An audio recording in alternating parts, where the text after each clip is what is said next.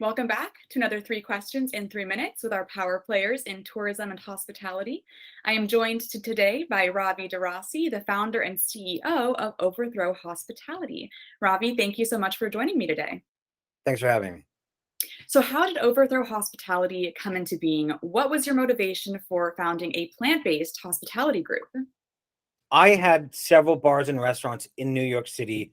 I got into the business like 17, 18 years ago, and we'd opened a bunch. And I stopped eating meat when I was really young, at the age of 12, and I didn't really know why at the time.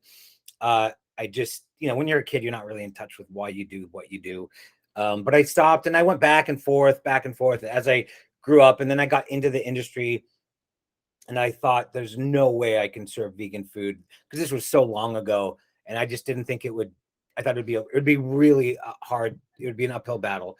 So, and it was my first restaurant, so I thought, or bar first, and so we started serving meat, and then I opened another place, and we were serving meat, and then another one, and another one, and then through this process of opening these places, I had adopted a dog and fallen in love, and then another dog, and then I found a cat, and then I got another cat, and these animals. I had 4 cats and 2 dogs, and they just became the best part of my life. And one of my cats got sick, and he had heart disease, and he was going to die.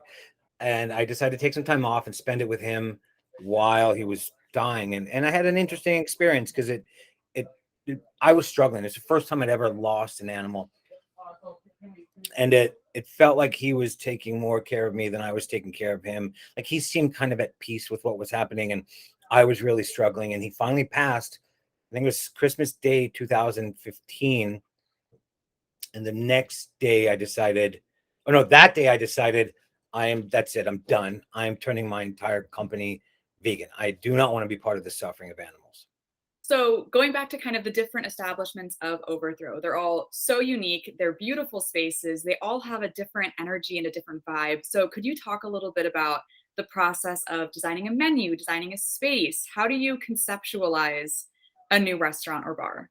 I was an artist prior to getting in this business. Like, I have no background in hospitality. I didn't go to college and study this. I didn't decide this is what I want to do with my life. Hospitality, like, it just never was part of my. I was just a painter. That's all I did. I studied painting. I lived in Europe. I had shows all over Western Europe.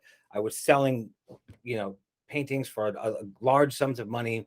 What happened with these places is that they kind of became like, at the risk of sounding a little bit pretentious here, they kind of became like paintings to me. They were more like inspired rather than created.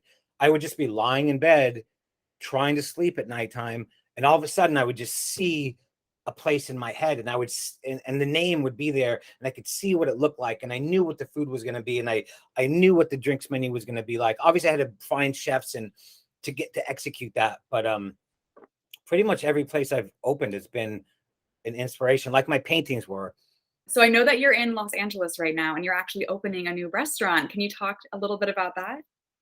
So I wanted to create one concept that we could do similarly what we did with Death and Co. We could do at Overthrow Hospitality, was create one concept that we could start opening up with slight modifications for the people of those cities. We also, in each city, hire a chef who's in that city, and then we work with them so that they can also create some dishes to add to that menu as well. So each city, like, we're opening up 2 locations right now. We're actually opening up in LA, which opens next week, and we're also opening up in Boulder, Colorado. We have a chef in Boulder that's working on the menu there, who will add his own sort of touches to the menu as well. Robbie, thank you so much for being a power player and for joining me today. It's been lovely chatting with you. All right, thanks, Anna.